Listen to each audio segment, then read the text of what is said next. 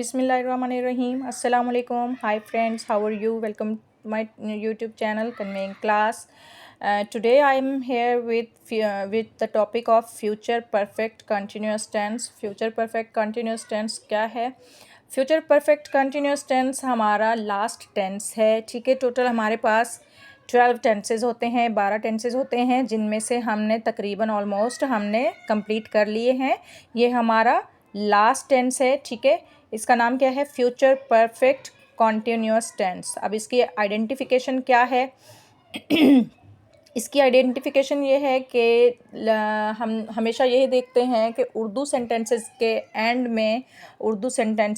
में क्या आता है, यानी कैसे वर्ड्स आते हैं। अब फ्यूचर परफेक्ट कंटिन्यूस टेंस में हम ये देखेंगे कि लास्ट में क्या आता है। मैंने लिख लिया है, रहा होगा, रही होगी, रहे होंगे वगैरह, ठीक है। अब ये देख के आप लोगों को लग रहा होगा कि ये तो कॉन्टिन्यूस टेंस है जस्ट। तो इसमें क्या है?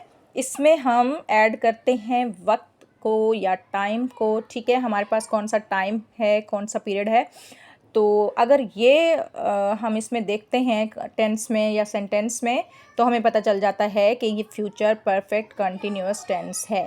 नहीं समझ में आई? Okay, I have second suggestion.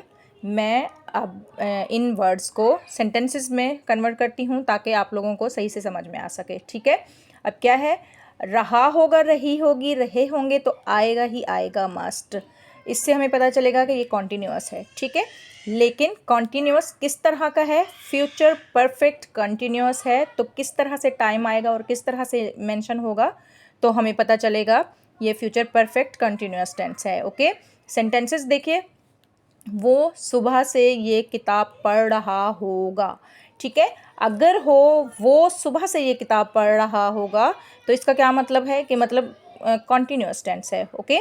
लेकिन अगर इसमें टाइम आ गया है कोई, सुबह से, 2 घंटे से, 4 घंटे से, या 5 दिन से, या 10 बजे से, इस तरह का कोई टाइम होगा और कंटिन्यूअस भी होगा, तो हम समझ जाएंगे कि फ्यूचर परफेक्ट कंटिन्यूअस टेंस ही है, ओके। अब इसकी फॉर्मेशन देख लेते हैं पहले, बाद में सेंटेंसेस पे आएंगे, ओके। इसकी क्या है फॉर्मेशन, क्या है फॉर्मूला देख लेते हैं।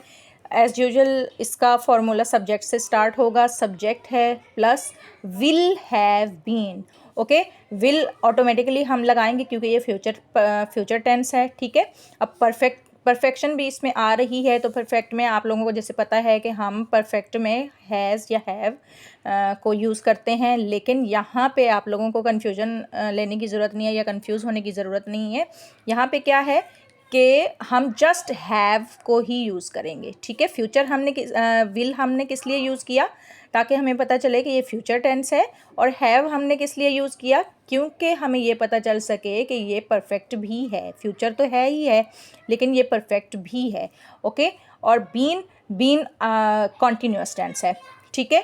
फ्यूचर परफेक्ट कॉन्टीन्यूअस टेंस के लिए हमारे पास हेल्पिंग वर्ब्स कौन से हैं? Will, have, been, okay, plus V1 यानी वर्ब की फर्स्ट फॉर्म, प्लस ING, क्योंकि कंटिन्यूअस है तो हम ING ज़रूर ही ऐड करेंगे, ओके।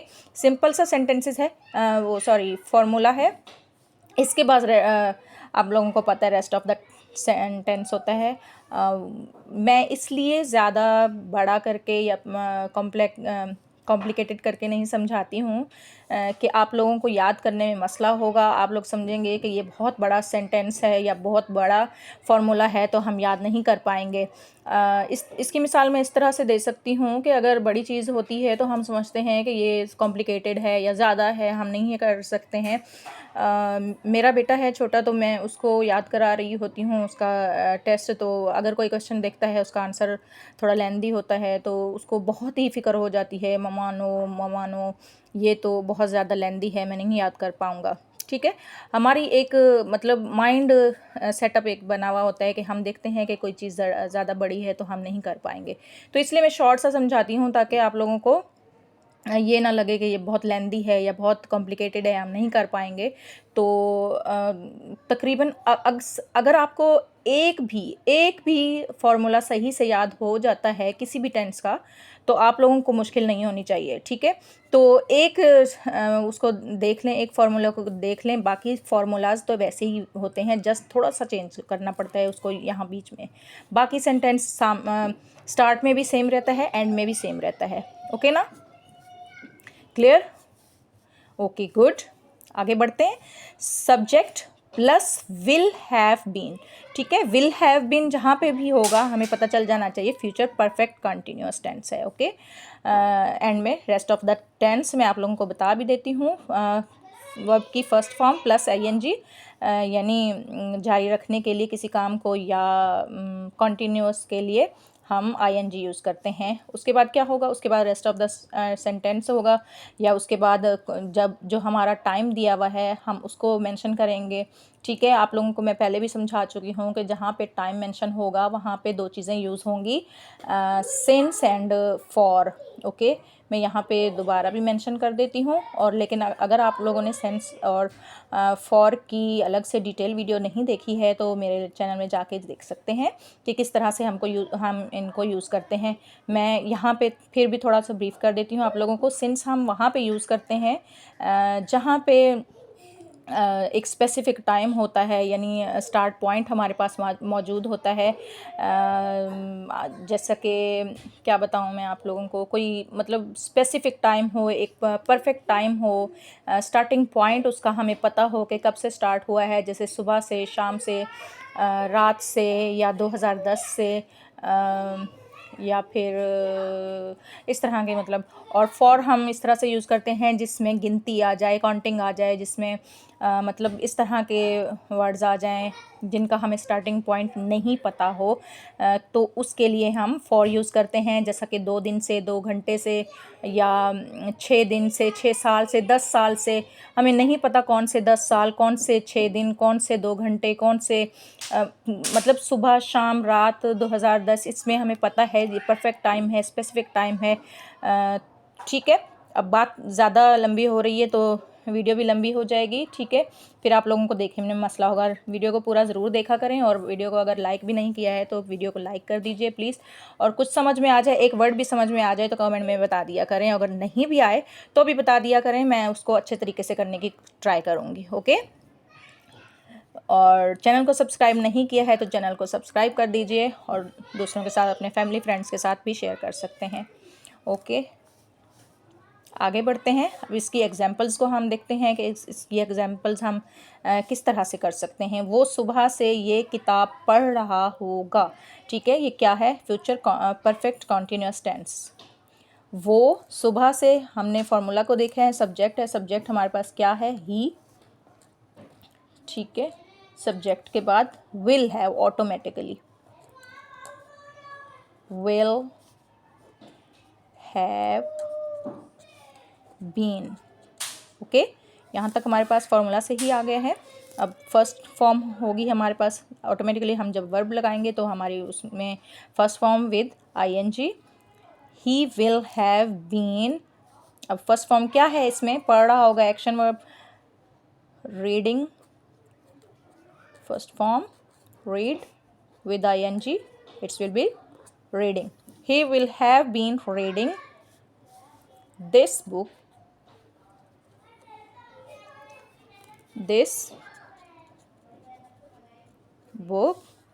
अब क्या है, सुबह से।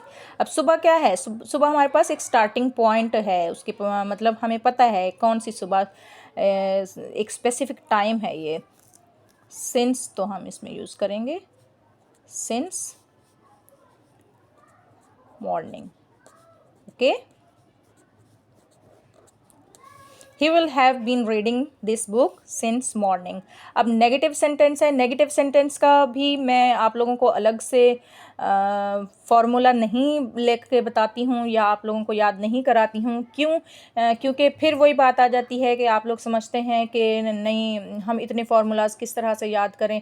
जस्ट आपने एक बात माइंड में रखनी है कि हमने पॉजिटिव सेंटेंसेस का या अफर्मेटिव सेंटेंसेस का फार्मूला याद करना है। जस्ट उसमें हमने यहाँ पे क्या करना होता है, जो हमारे पास फर्स्ट, हमेशा मैं आप लोगों को बताती हूँ कि जस्ट हमारे पास जो फर्स्ट हेल्पिंग वर्ब होता है उसके बाद हम नॉट को ऐड कर देते हैं तो वो नेगेटिव सेंटेंस हो जाता है। ओके, अब अलग से मैं लिखूंगी तो आप लोगों को लगेगा कि पता नहीं कितना बड़ा फॉर्मूला है, हम किस तरह से याद करेंगे। ओके, इसमें साथ साथ बनाइए आप लोग। अच्छा, कोई पॉइंट नहीं समझ में आता है तो आप वीडियो को दोबारा भी देख सकते हैं, फिर आप लोगों को समझ में आ जाएगा। ठीक है, और अगर समझ में आ जाता है तो आप लोग उसको कॉपी पेन लेके राइट भी कर सकते हैं। ठीक है, जो उसमें मेन पॉइंट्स हैं, आप इम्पॉर्टेंट पॉइंट्स हैं, आप लोग उनको राइट डाउन कर सकते हैं। ओके, नोट कर सकते हैं आप अपने पास। क्या है? He will not. ठीक है, बाकी सारे का सारा same. Not have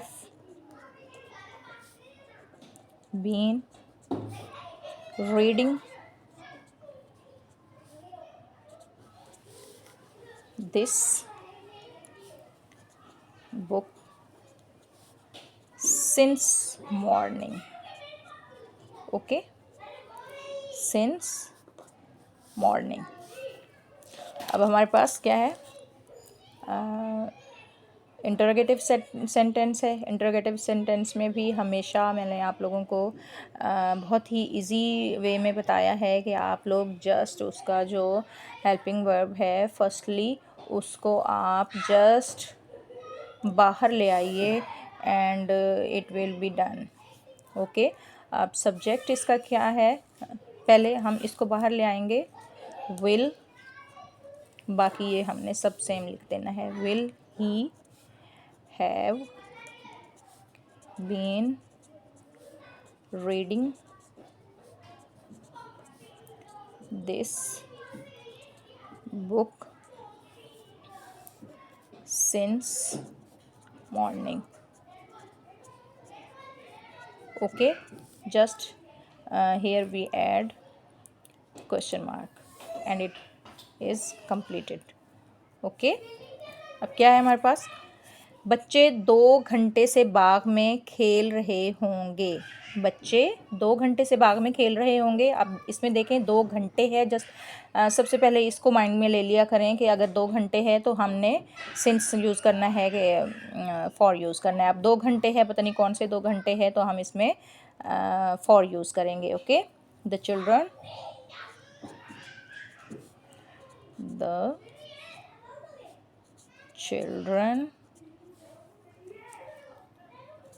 will have been, मेरे साथ साथ बोलते रहिए, the children will have been playing in the garden for 2 hours. Okay, for 2 hours. अब इसमें क्या है? हमने नेगेटिव किस तरह से करना है ये तो आप लोगों को खुद करना चाहिए वैसे। ओके, खुद करने की कोशिश करें।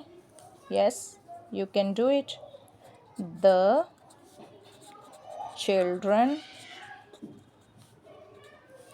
will have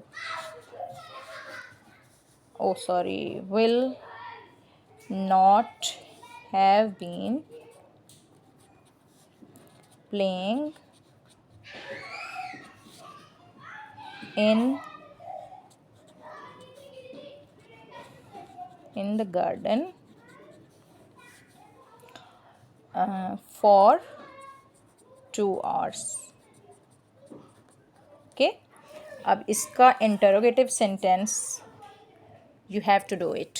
ओके, आप लोगों ने करना है इसको, और अगर नहीं समझ में आएगा, नहीं बनाना आएगा, आई थिंक आप लोगों को आ ही जाएगा इसका सेंटेंस बनाना, और अगर नहीं भी आता है तो आप कमेंट बॉक्स में मुझसे पूछ सकते हैं, मैं बता दूंगी आप लोगों को। अब वीडियो काफ़ी लेंदी हो चुकी है, आप लोगों ने लेकिन देखनी एंड तक है ज़रूर, और शेयर भी करनी है, लाइक भी करनी है, कमेंट भी करने हैं। ओके, नेक्स्ट वीडियो में मिलेंगे नेक्स्ट लेक्चर साथ इंशाल्लाह। टिल देन, अल्लाह हाफिज़।